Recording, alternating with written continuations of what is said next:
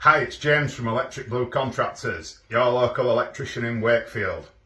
So with it being the bank holiday this weekend, I'm going to do a really quick video just to show you about, it's a little trick to know the wiring routes.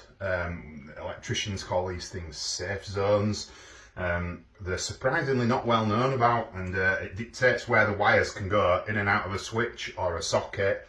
Again, electricians call these accessories. So wherever an accessory is, there's a certain defined safe zone. Now the reason I'm telling you this is with the bank holiday coming up, I didn't want you putting up shelves, hanging pictures, anything like that, inadvertently sticking a nail through one of these wires and then having to call us up for an emergency call out. So the wiring route, I mean, it's pretty obvious for a switch, you would expect the wire to come down for that, but it can actually go either down, up, or either side in a straight line with the accessory.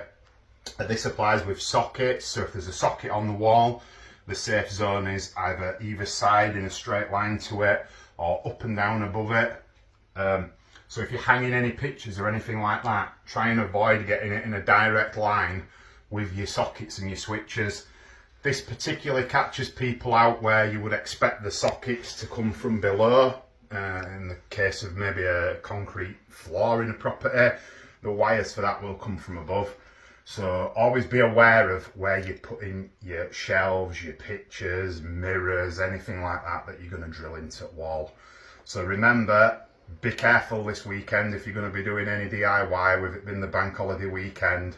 If you do end up damaging any of these cables, we're off for the bank holiday weekend unfortunately, but don't hesitate to give us a call on Tuesday and James, your local electrician in Wakefield, will give you a hand.